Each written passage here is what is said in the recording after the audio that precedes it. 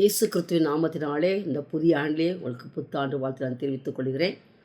கர்த்தர் உங்களை இந்த ஆண்டிலே அதிசயமாய் நடத்துவாராக. இந்த ஆண்டு உங்களுக்கு ஒரு ஆசீர்வதிக்கப்பட்ட ஒரு ஆண்டு, மனமகிழ்ச்சியின் ஆண்டு, விடுதலையின் ஆண்டு, நற்செய்திகளை அறிவிக்கக்கூடிய ஒரு ஆண்டு, உங்களை கனப்படுத்தக்கூடிய ஒரு ஆண்டு, கர்த்தர் உங்களை மேன்மைப்படுத்தக்கூடிய ஒரு ஆண்டாக இருக்கும். ஏனென்றால் கர்த்தர் நமக்கு வாக்கு தத்தம் கொடுத்திருக்கிறார். வெளிப்படுத்துகிற 21 அதிகாரத்தில் 5வது வசனத்தில், இதோ நான் சகலத்தையும் புதிதாக்குறேன் என்று சொல்லி கர்த்தர் வாக்கு கொடுத்த சகலத்தையும் புதிதாக்குகிறேன். சகலத்தையும் என்று சொல்லும்போது யோபு 42:2 வாசிக்கும்போது, தேவரீ சகலத்தையும் செய்ய வல்லவர், அவர் செய்ய நினைப்பதை யாரும் தடுக்க முடியாது என்று அறிந்திருக்கிறேன் என்று சொல்லி யோபு பக்தன் சொல்லுகிறார். நம்முடைய வாழ்க்கையில் கூட கர்த்தர் இன்றைக்கு புதிதாக மாற்றக்கூடிய சில காரியங்களை குறித்து நாம் கர்த்தருடைய வார்த்தையின்படி நாம் தியானிப்போம். வேதத்தில் வாசிக்கும்போது எசேக்கியேல் 36வது அதிகாரத்தில் 26வது வசனத்தில், கர்த்தர் நமக்கு இந்த நாளில் கூட அவமான இதயத்தை கொடுத்து இந்த கல்லான இடத்தை எடுத்துவிட்டு சதியான இடத்தை கர்த்தர் கொடுக்க போகிறார். புதிதான ஒரு ஆவியை கட்டளையிடுவார். அதான் நமக்கு இந்த கர்த்தர் கொடுக்குற அருமையான ஒரு கிருபை ஆவி. புதிதான ஆவி என்று சொன்னால் நமக்குள்ளே அபிஷேகம் இருக்கிறது, நமக்குள்ளே ஆழமான ஒரு அனுபவங்கள் உண்டு. ஆனால் கூட இந்த நாளிலே இந்த வருஷத்திலே கொடுத்த வாக்கு தத்தத்தின்படி புதிதான ஆவியை கட்டளையிடுகிறார். பசுத்த ஆவியானவர் நமக்குள்ளே வரும்போது தான் நாம் பலனடைய முடியும். இந்த அபிஷேகத்தை நாம் பெற்றிருக்கிற உங்களுடைய வாழ்க்கையிலே இன்னும் இந்த அபிஷேகம் நிலைத்திருக்கும்படியாக, இந்த அபிஷேகத்துக்குள்ளே கர்த்தர் நாட்கள் நடத்தும்படியாக, அவர் போதிக்கும்படியாக இந்த அபிஷேகத்தை இந்த நாளில் உங்களுக்குள்ளே புதிதாக கர்த்தர் ஊற்றப் போகிறார். சங்கீதம் 92:10 வாசிக்கும்போது, புது எண்ணெயால் அபிஷேகம் பண்ணப்படுகிறேன் என்று சொல்லி வேதத்தில் வாசிக்கிறோம். புதிய அபிஷேகம் நமக்குள்ளே வந்துவிட்டால் நம்முடைய வாழ்க்கை மாறும், நம்முடைய எண்ணங்கள் மாறும், நம்முடைய சூழ்நிலைகள் மாறும், நம்முடைய மாம்சீக காரியங்கள் மாறும், அதோடு கூட நம்முடைய வாழ்க்கை மாறும், பிள்ளைகளுடைய வாழ்க்கை மாறும். உங்களின் நிமித்தமாக உங்களுடைய குடும்ப வாழ்க்கை ஆசீர்வதிக்கப்படும் என்று சொல்லி வேதத்தில் வாசிக்கிறோம். இன்னும் நீங்கள் வேதத்தில் பார்க்கும்போது, நம்ம ஒரு கிறிஸ்துக்குள்ளே இருக்கும்போது புது சிருஷ்டியாக இருக்கிறான். பழையவெல்லாம் ஒழிந்து போயின. நம்ம வாழ்க்கையில் பழைய அந்த மாம்ச காரியங்கள் எல்லாமே களைந்து போட்டுவிட்டு கர்த்தர் நமக்குள்ளே வைத்திருக்க விசுவாசத்தை தோக்குறோம் முடிக்கிறோமாகிய இயேசு கிறிஸ்துவை நோக்கி நாம் ஓட ஆரம்பிக்கும் போது, அவருடைய வார்த்தைகளுக்கு செவி கொடுக்க ஆரம்பிக்கும் போது, வார்த்தைகளை நடக்க ஆரம்பிக்கும் போது, இந்த வருஷத்திலே கர்த்தர் செய்யக்கூடிய காரியம்னா புதுசாக செய்வார். புதிய காரியம் என்று சொல்லும்போது உன்னுடைய நினைப்புக்கும் உன்னுடைய எண்ணங்களுக்கும் அப்பாற்பட்ட காரியமாக இருக்கும் என்று சொல்லி வேதம் சொல்கிறது. உன்னால் மாற முடியாது, உன்னால் சுயமாய் வாழ முடியாது. உன்னுடைய பேச்சு இனிமேல் மாறும். உன்னுடைய வாயில் வார்த்தையிலே கத்தரிச்சு வணக்கி அவர் ஆட்கொள்ளுவார். உன் நாவுக்கு அவர் காவல் வைப்பார், உன் வாயுக்கு அவர் காவல் வைப்பார். உன் வாயில் வார்த்தைகளை அவருடைய சித்தலாத வார்த்தையிலே பேசாதபடிக்கு உன் நாவே கத்தர் இந்த நாளிலே கூட புதிய நாவாக கத்தர் உருவாக்குவார். அதோடு கூட வேதத்தில் வாசிக்கும் போது, வெளிப்படுத்தல் 3ஆம் அதிகாரத்தில் 17வது வசனத்தை வாசிக்கும் போது, உடைய வாழ்க்கை தரத்தை கத்தர் மாற்றுவதற்காக உடைய கண்களுக்கு நீங்கள் பார்வை அடையும்படிக்கு ஒரு கண்களுக்கு கழிக்கம் போடுவார். ஏன்னா உடைய பார்வை நேராய் நோக்க கடவுள் சொல்லி வேதத்தில் வாசிக்கிறோம். என்னுடைய பார்வையின் மூலமாக சில நேரத்தில் என்னுடைய வாழ்க்கை தடம் புரண்டும் போய்விடுகிறது. சிலருடைய குடும்ப வாழ்க்கையை பார்த்து, சிலருடைய ஊழியங்களை பார்த்து, நம்மளும் இப்படி இருந்தால் என்ன, நம்முடைய வாழ்க்கை இப்படி இருந்தால்னு சொல்லி அதை நம்ம திரும்பி மற்றவர்களை பார்க்கும்போது நமக்கென்று வைத்திருக்கிற ஆசீர்வாதத்தை கர்த்தர் சில நேரத்தில் தர முடியாமல் போய்விடுது. ஆனால் உனக்கென்று என்ன வைத்திருக்கிறாரோ, உன்னை கொண்டு என்ன செய்ய சித்தம் வச்சுக்கிறாரோ அதை பார்க்கும்படியான கண்களாக உன் கண்களை மாற்றுவார். உன் கண்களின் நாளிலிருந்து பசுத்தமாக்கப்படும். நீ பார்க்காதே என்று சொல்லுகிற காரியத்தை இனி உன்னால் பார்க்க முடியாது. ஏன்னா நீ பார்க்க நினைப்ப, அதை பார்க்க முடியாது. உன்னுடைய கண்கள் இனி வரப்போ நாட்களில் வேத வசனத்தை பார்க்கும்போது அந்த வேத வசனத்துக்குள்ளே இருக்கிற ஆழமான ஒரு அனுபவத்தை உனக்கு கற்றுக் கொடுப்பார்.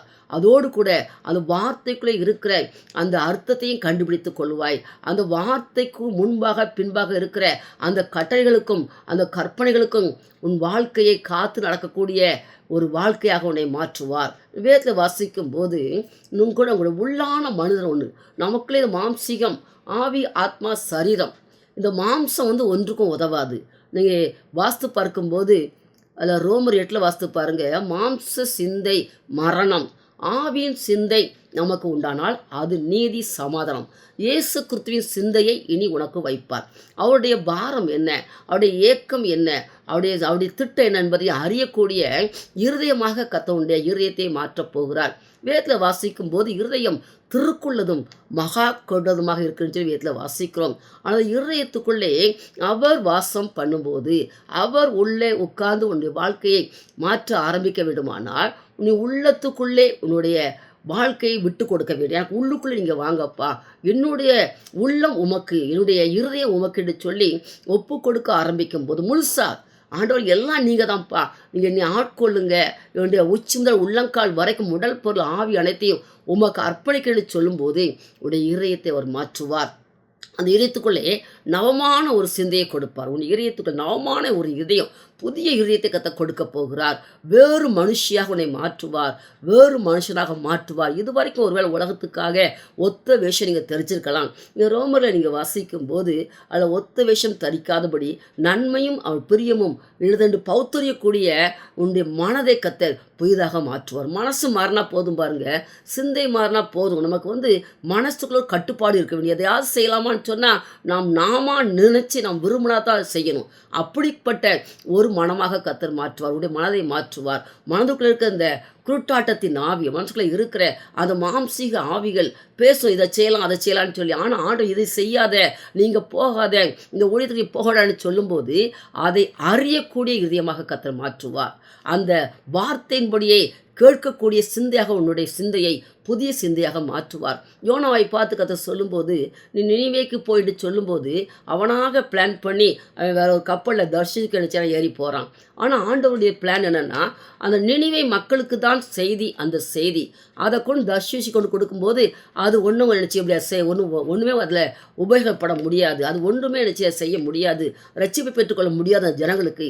இந்த நினிவே ஜனங்களுடைய பாவம் என் சமூகத்துக்கு வந்துட்டு, அதனால் அவங்கள நான் நினச்சி போகிறேன், அழிக்க போகிறேன், நீ போய் அந்த விரோதமாக அந்த தேசத்துக்கு விரோதமாக நீ பிரசங்கம் பண்ணிட்டு சொல்லும்போது யோனா போகாமல் அவன் வேறு வழியாக பக்க வழியாக திரும்பி போகும்போது யோனாவுடைய வாழ்க்கையிலே கர்த்தருடைய சித்தம் இல்லாத காரியத்தை நிமித்தமாக ஒரு பெருங்காற்றே வர பண்ணினார்.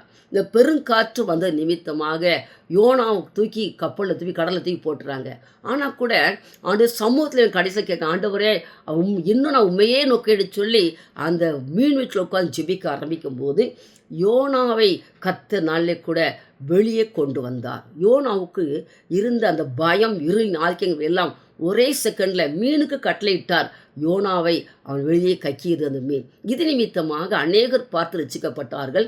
இந்த செய்தியை அவன் கொண்டு நினிவேக்கு சொன்ன மாத்திரத்திலே அந்த ஜனங்கள் ரட்சிக்கப்பட்டார்கள். அந்த வரப்போகிற நாட்களில் உன்னுடைய சுயமாய் ஊழியம் செய்ய முடியாது. நீ நினைச்சதெல்லாம் போக முடியாது, நினைச்சவங்க வீட்டுக்கு போக முடியாது, நினைச்சவங்க கூப்பிடத்துக்கு போக முடியாது. ஏன்னா உன்னுடைய வாழ்க்கையிலே அவருடைய ஆளுகைகளே கொண்டு வரும்படியாக புதிதான ஒரு காரியத்தை செய்ய போகிறார். புதிதான திட்டங்களை கொடுக்க போகிறார். புதிதான காரியங்கள் செய்யும்போது சகலம் உனக்கு புதிதாக இருக்கும். அது புதுசாகவே இருக்கும், உனக்கு தெரியாத காரியமாக இருக்கும், பழக்கமில்லாத ஒரு காரியமாக இருக்கும். ஆனால் கூட கர்த்தர் உனக்கு முன்னின்று அவர் கற்றுக் கொடுப்பேன்னு வாக்கு கொடுக்கிறார். இன்னிடத்திலே கற்றுக்கொள்ள நான் உன்னுக்குள்ளே நான் இருக்கிறபடினால நான் என்ன விரும்புகிறேனோ நீ அதை செய்யும்போது, அதன்படி நடக்கும்போது நீ கேட்டுக்கொள்வது எதுவோ அது உனக்கு செய்யப்படும் என்று சொல்லி யோவான் 15 7 கர்த்தர் கொடுக்கிறார். இந்த வாக்கு தத்தங்களை எதற்காக கொடுக்கிறான்னு சொன்னால், நம்முடைய வாழ்க்கையிலே அந்த வாக்கு தத்தங்களை கொடுத்து அது வாக்கு தத்தத்தின்படி நாம் நடக்க ஆரம்பிக்கும் போது அந்த வாக்கு தத்தத்தை அவர் நிறைவேற்ற வல்லவராக இருக்கிறார். நாம் எங்கே போக வேண்டும், எப்படியா ஜெபிக்க வேண்டும், எதற்காக ஜெபிக்க வேண்டும். இந்த ஆண்டில் நீங்கள் ஒருவேளை எனக்கு அது வேணும் இது வேணும் ஆசைப்படாதீங்க. தயவுசெய்து சொல்கிறேன், இந்த ஆண்டு வரப்போகிற நாட்களில் என்ன உபத்திரம் வரப்போகுதுன்னு தெரியாது, என்ன சூழ்நிலை வரப்போகுதுன்னு தெரியாது. நமக்கு தெரியும் கடைசி நாட்களில் நிற்கிறோம், நான் யாரை நான் அனுப்புவேன், யார் என் காரியமாய் போன்னு சொல்லி கர்த்தர் ஏக்கத்தோடு கூட வந்திருக்கிறார். இந்த ஜனங்களுக்கான பரிதபிக்கிறேன்னு சொல்லி ஒரு பெரிய வேதனையோடு நிற்கிறார். ஜனங்களுடைய கூக்குரல், ஜனங்களுடைய பாவங்களுடைய சமூகத்தில் எட்டி இருக்கிறது. அநேக பாவங்கள் நாட்டிலே கூட அறியாமல் தெரிஞ்சும் தெரியாமல் செய்கிற பாவங்கள் எல்லாம் மன்னிக்கப்பட்டது. ஆனால் இன்னும் அந்த காரியத்தில் அவங்க அப்படியே இருப்பார்கள் என்று சொன்னால் பரிதபிக்கப்பட்ட நிலைமையாக மாறிவிடும் என்று சொல்லி வேதத்தில் பார்க்கிறோம். மிக 7 அதிகாரத்தில் 14 வசனத்தை வாசிக்கும் போது இந்த நாளிலே கூட உன்னுடைய பாவங்களை எல்லாம் கர்த்தர் சமூகத்தின் ஆழத்திலே போட்டி விட்டார் என்று விசுவாசித்தேன். இனி நீங்கள் பாவம் செய்யாதபடி இனி உங்கள் வாழ்க்கை மாறும்படியாக இயேசு கிறிஸ்து உங்களுக்குள்ளே நாளிலே கடந்து வந்து உங்களுக்கு ரட்சிப்பை கொடுக்கிறார். வேதத்தில் வாசிக்கும் போது எந்த ஒரு மனுஷனையும் பிரகாசிப்பிக்கிற மெய்யான ஒளி இயேசு கிறிஸ்து. அந்த ஒளி உனக்குள்ளே வாசம் பண்ணுவார். அந்த ஒளி உனக்கு கற்றுக் கொடுப்பார். அவர் உனக்குள்ளே வாசம் பண்ணும்போது சகலத்தை உனக்கு நேர்த்தியாக செய்து முடிக்கிறவராக இருக்கிறார். இன்னும் கூட வேதத்தில் வாசிக்கும் போது வெளிப்படத்தில் 3 அதிகாரத்தில் 20ஆம் வசனத்தில், இதோ நான் வாசல் படி நின்று கதவை தட்டுகிறேன், ஒரு சத்தத்தை கேட்டு திறப்பானால் நான் உள்ளே பிரவேசித்து அவனோடு கூட போஜனம் பண்ணுவேன், அவன் கூட அவன் போஜனம் பண்ணுவான். நான் எப்படி பிதாவுடையத்தில் அதிகாரத்தை பெற்றனோ அதே போல் அவனுக்கு அந்த அதிகாரத்தை கொடுப்பேன்னு சொல்லி கர்த்தர் வாக்கு கொடுக்கிறார். இந்த பிதாவுடைய வாக்கு தத்தம் நிறைவேறும்படியாக அப்படி சமூகத்திலே காத்திருங்க. புதிய காரியங்கள், புதிய காரியத்தோடு கூட வர வேண்டிய நன்மைகள், புதிய பலன், புதிய கிருபை, இந்த ஆண்டு அவனுக்கு வரப்போகிற நன்மைகள், புதிய பலன், புதிய கிருபை, புதிய சிந்தைகள். உன் சிந்தை மாறி நீ அல்ல, உனக்குள் இருக்கிற கிறிஸ்துவே அதை செய்வார். இது வரைக்கும் நீ உலகத்துக்குள்ள இருந்தால் நீ கர்த்தருக்காக நாட்டிலே கூட சிலுவையிலே நீ அறியப்பட்டிருக்கிறாய். அவருடைய பாடுமானத்தை குறித்து அறிந்திருக்கபடினால அவரோடு கூட நீனும் உயிர்த்திலிருந்து ஆளுகை செய்வான்னு சொல்லி வேதத்தில் நாம் வாசிக்கும். சகோதரியை நாளிலே கூட ஒரு தீர்மானம் பண்ணுங்க. தானிய தீர்மானம் பண்ணுனா அது தீர்மானத்தில் உறுதியாக இருந்தான். தானியோடைய வாழ்க்கையை பார்க்கும்போது அவன் இளவயதாக இருந்தால் கூட ராஜாவின் போய்த்தாத்தனை தீட்டுப்பட்டு ஆகணும்னு சொல்லி தீர்மானம் பண்ணும்போது கர்த்தர் தானியேலை ஒரு விஷயத்தை நிரப்பினார். அந்த புதிய அபிஷேகத்தின் நிமித்தமாக ராஜாவுக்கு முன்பாக கர்த்தர் தரியு ராஜா முன்பாக உயர்த்தினார். உன்னை கூட இந்த ஆண்டிலே புதிய காரியங்களை செய்து உயர்த்துவார். உன் மேன்மையாக வைப்பார். நீ செய்வதெல்லாம் வாய்க்கும். இனி வரப்போற நாட்டில் எழுப்புதலை பயன்படுத்தக்கூடிய பாத்திரமாக அவனை பயன்படுத்துவார். உன் குடும்பத்தை ஆசீர்வதிப்பார். உன் பிள்ளைகளுக்கு ரட்சிப்பு உண்டு. எல்லாம் புதுசு தான் வரப்போற இந்த ஆண்டு பழசெல்லாம் தூக்கி எரிஞ்சிருங்க. பழசு வேண்டாம். அவனை சொல்ற புதுசாக தரப்போறேன். ஃப்ரெஷ்ஷாக நீ ஆசீர்வதிக்கப்படுவாய். ஆரம்பத்திலே அதை பார்க்க முடியும். அவருடைய வாக்கு தத்துவம் வெறுமையாக திரும்பாது. முந்தைய நீங்கள் நினைக்காதீங்க, பூர்வமான சிந்திக்காதீங்க. புதிய காத்தை செய்வார். உன்னுடைய கம்பெனியை அவர் ஆஸ்வதிப்பார். உன் பிள்ளைகளை அவர் ஆஸ்வதிப்பார். உன்னுடைய படிப்பை ஆஸ்வதிப்பார். உன் பிள்ளையுடைய வாழ்க்கையில் வரக்கூடிய நன்மைகள் எல்லாம் பரலோகத்தில் உனக்கு கட்டளையிடுவார். சகோதரியே, சகோதரனே, எதை குறித்தும் கலங்க வேண்டாம். ஒன்றுக்கும் கவலைப்படாமல் எல்லாவற்றையும் குறித்து ஸ்தோத்திரத்தோடு தேவனுக்கு தெரியப்படுத்துங்கள். அவர் சொன்னதை செய்கிறவராக இருக்கிறார். அவர் சொன்ன வார்த்தை ஒன்றும் தவறி போவதில்லை. நிச்சயமாய் நிறைவேறும். ஒரு வாழ்க்கையிலே அதை நீங்கள் அனுபவிக்க போகிறீங்க. அது இன்றைக்கே கதை செய்ய போகிறார். சந்தோஷமாக இருக்கிறீங்களா? ஜெபிக்கலாமா? அப்பா பிதாவை நம்ம துதிக்கிறோம், ஸ்தோதரிக்கிறோம். அப்பா, நீங்கள் கொடுத்த வாக்கு தத்தங்களுக்காக ஸ்தோதரிக்கிறோம். அப்பா, சகலத்தையும் புதிதாக்க சொல்லி வாக்கு கொடுத்துக்கிறீங்கப்பா. பிள்ளையுடைய ஆண்டவரே தேவைகள்லாம் நீ சந்திப்பீராக. புதிய ஒரு அனுபவத்தை கொடுப்பீராக.